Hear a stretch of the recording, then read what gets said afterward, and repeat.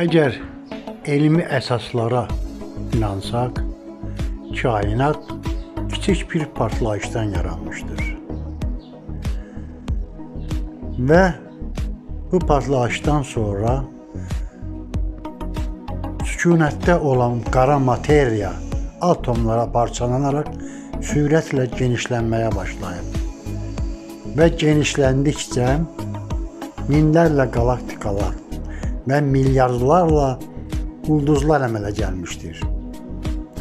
Və hələ də genişlənməkdə davam edir.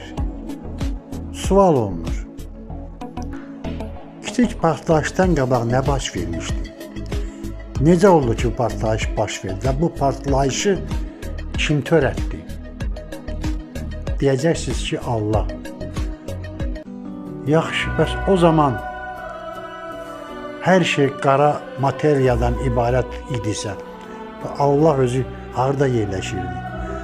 Allahın varlığı və onun fiziki görünüşü necə idi? İkinci sual. Deyirik ki, kainat günü-gündən genişlənir və bu sübut da olunur. Bu boyda genişlənməkdə olan kainatın arasındakı məsafələr 100 min illərlə ölçülür. Və hamı da deyir ki, Allah təkdir. İkinci sual, əgər Allah təkdirsə, necə buna zaman ayırır? Min illərlə gedəcək yolu necə çatdırır və milyardlarla planetləri tək necə idarə edir? Bəlkə doğrudan da Allah bir deyil, elə minlərlədir. Bəlkə elə Allahın da minlərlə mavinləri var. Bu mənim düşüncələrimdir.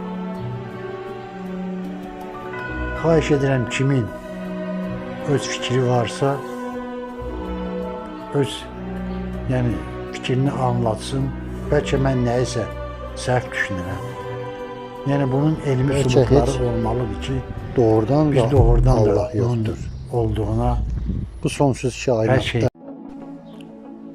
Əgər elmi əsaslara inansaq, kainat kiçik bir partlayışdan yaranmışdır.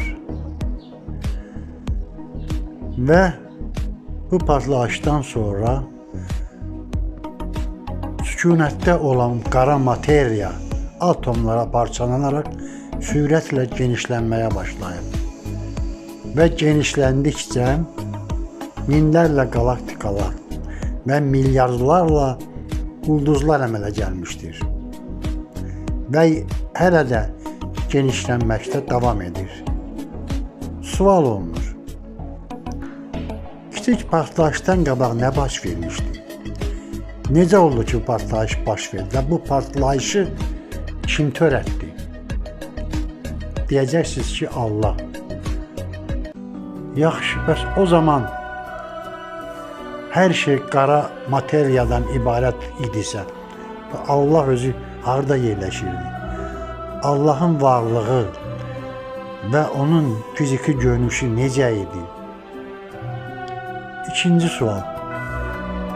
Deyirik ki, kainat günü-gündən genişlənir və bu sübut da olunur. Bu boyda genişlənməkdə olan kainatın arasındakı məsafələr 100 min illərlə ölçülür. Və hamı da deyir ki, Allah təkdir. İkinci sual, əgər Allah təkdirsə, necə buna zaman ayırır? Min illərlə gedəcək yolu necə çatdırır və milyardlarla planetləri tək necə idarə edir? Bəlkə doğrudan da Allah bir deyil, elə minlərlədir. Bəlkə elə Allahın da minlərlə mavinləri var. Bu mənim düşüncələrimdir. Xahiş edirəm, kimin öz fikri varsa, öz fikrini anlatsın. Bəlkə mən nəyisə səhv düşünürəm. Yəni bunun elmi sübutları olmalıdır ki, doğrudan biz doğrudan Allah da yoxdur olduğuna bu sonsuz kainatda.